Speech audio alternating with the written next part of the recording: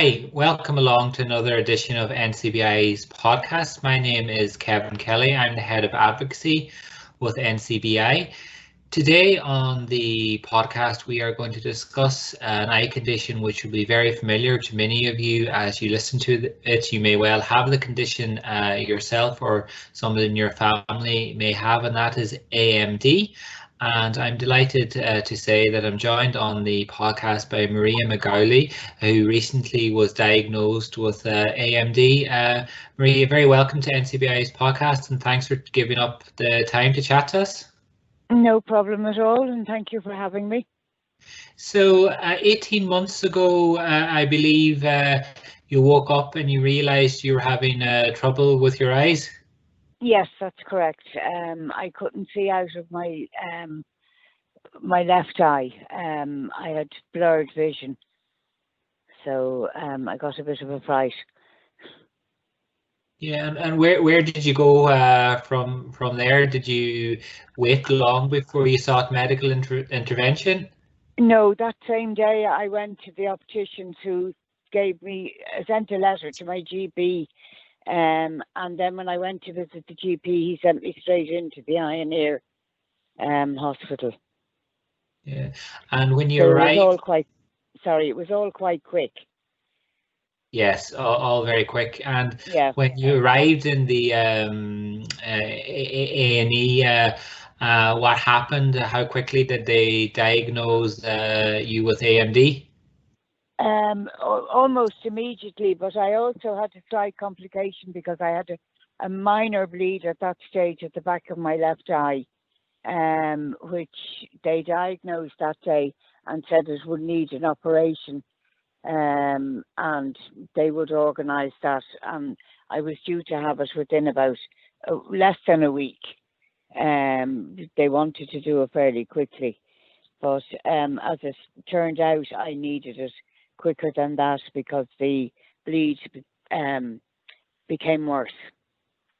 It increased, so I was brought in then the following Thursday into the eye and ear for surgery on the back of my eye.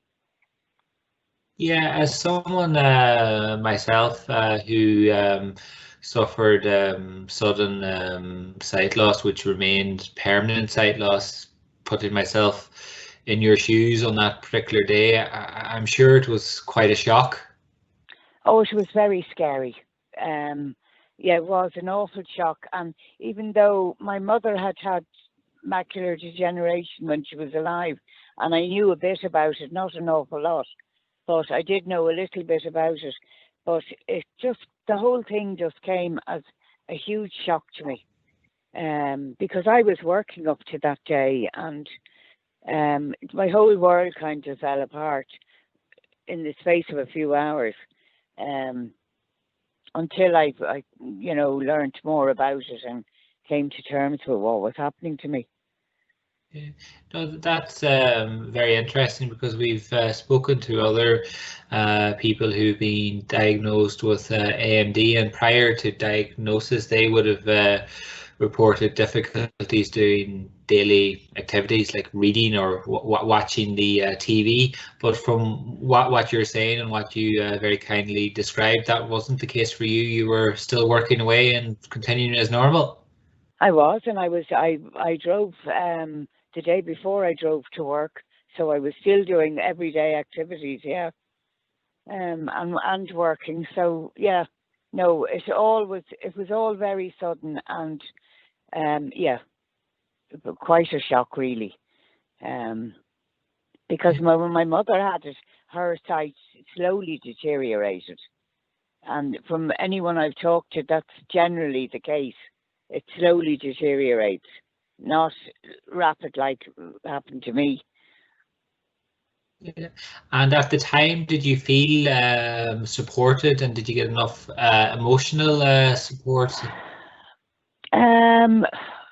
No, well, I didn't feel that supported, but I think it was more me coming to terms with what was happening to me than me actually looking for support, because I didn't know where to go looking for support, or I didn't know enough about anything, really. Now, the social worker in the Ioneer Hospital proved to be very helpful, and after a while. But it did take a little while for me to actually make contact with her and then accept the contact. Because it's one thing knowing something, but it's another thing admitting to yourself that this is happening to you. Yeah, and what you're describing is very common, because I think everyone, us all being unique and different, we all come to terms with things differently, and we're maybe not always ready to accept support and guidance and maybe face up to our new situation or our new reality on a given time. So I'm glad to hear that you eventually got the support that you. Oh, I did. Yeah. Yes, that's very reassuring to hear. And in terms of, I know the medical team had to overcome the complication with the bleed, but when they did that, I believe you receive monthly injections now for AMD. I do. Yes. Yeah. And I have done since I had the surgery. Except I had to stop it for a little while because I also have lung cancer, so I've been receiving treatment for that.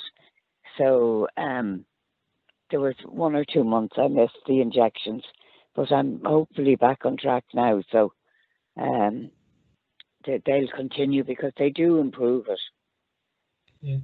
Yeah, no, you certainly have had a lot on your plate, a lot to overcome over a short period of time. And if you don't mind me asking, for a lot of our listeners, the idea of getting an injection into your eye, was that difficult to come to terms with? How would you describe it? Do you still dread going for the injection? I wouldn't say I dread it, but I don't particularly like it. But from the very first one, I was very lucky.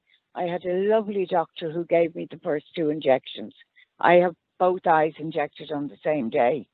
And he was very caring and very gentle with me, and he relieved a lot of my fears. And while they're not pleasant, they don't hurt as such. They're uncomfortable, but that's all. You couldn't say they hurt. And an awful lot of it is getting over that initial fear. And I think that's difficult for people. But if you just kind of brace yourself and just say, well, this is for my good and nobody else's, so you just put up with it and shut up. Yeah, no, it's for the greater good, and it's not pleasant, but you just have to get on with it, and hopefully it bears results. And I suppose 18 months on, you have your cancer diagnosis, you have your AMD diagnosis, but are you optimistic about the future? What's your hopes and aspirations? I am. Well, I'm an optimistic person, so there's always light at the end of the tunnel, and you just strive to get that light, and you just have to keep fighting, and you put the best foot forward. Yeah, and you make the best of it. Yeah, and looking like things like learning how to use assistive technology and magnification. Have you started that, or is that something that you hope to do in the coming months? Yeah, no, I've started that. I use a magnifying glass now to read the paper or to read correspondence and that. Where I'm having the biggest difficulty, but I will look for assistance later on, is with using the computer, because I would use the computer a lot, but I find it difficult to see. Now, I did go in to NCBI and they were extremely helpful and showed me how to magnify it on the screen, but that's okay for over a short period, but your eyes get very tired. Well, I find mine get very tired if I do that for a long time. So I reckon I'm either not using it properly, or I need more training on it, which I will. access now as soon as I'm clear of everything else. Yeah, and I know something else that you're concerned about or frustrated about is the cost of the assistive technology, and it's something that NCBI regularly campaign to government on to improve supports in that regard, because it's so very important to allow people to live their lives as normally as possible. Well, yes, and like I'm a pensioner, so like since I had to give up work, I'm only on a pension, and to pay for the software and all of that stuff out of a pension is just not affordable. So it does make it more difficult when, you know, things cost so much. It does deny you access to different supports. Yeah, it is quite inequitable in terms of a system, because what other people have reported, and we know this from the evidence, is that it really has become a postcode lottery. So it's done on HSE areas, and there's 9 HSE areas in the country, and some areas have money for this sort of support, some don't, and it really shouldn't be a postcode lottery. You should be able to access the same support as somebody in Donegal or Wexford. Well, true, yeah, you should. I mean, you're as entitled to it as anybody else in the country, so yeah, it should be open to everyone. Yeah, and Maria, just before we wrap up, would you have any messages for anyone who has received a diagnosis of sight loss? It doesn't have to be AMD, in terms of, you know, coming to terms with that, or maybe helps or supports that you found useful. Well, I think that there are lots of supports there, and it's just accepting that you do need help. To me, that was the biggest problem, accepting that I needed help and that I had to ask for it. But if you ask for it, it is there, and access every bit of help you can get.